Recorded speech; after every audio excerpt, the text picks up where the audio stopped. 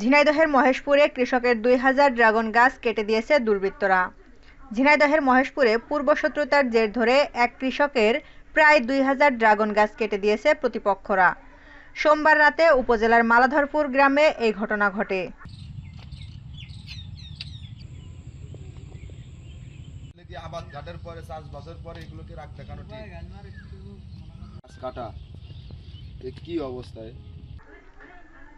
স্থানীয়রা জানায়, ওই গ্রামের বেলতলা মাঠে কৃষক ইদ্রিস আলী ৩ বছর আগে ২০ শতক জমিতে ড্রাগন ফলের আবাদ করেছিলেন।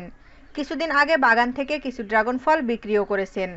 সোমবার রাতে তার বাগানের সকল গাছ কেটে দিয়েছে দুর্বৃত্তরা।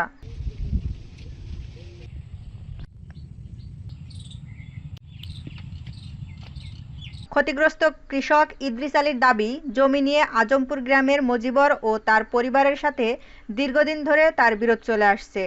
এর আগে গেল ১৫ই নভেম্বর ১ বিঘা ড্রাগন বাগান কেটে দিয়েছিল তারা। এই ঘটনায় দোষীদের বিরুদ্ধে ব্যবস্থা গ্রহণের দাবি জানিয়েছেন ক্ষতিগ্রস্ত কৃষকসহ স্থানীয়রা।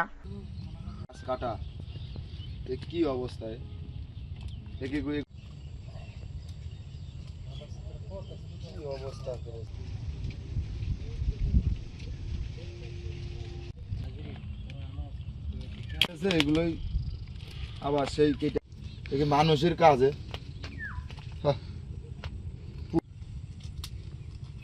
কি একটা অবস্থা।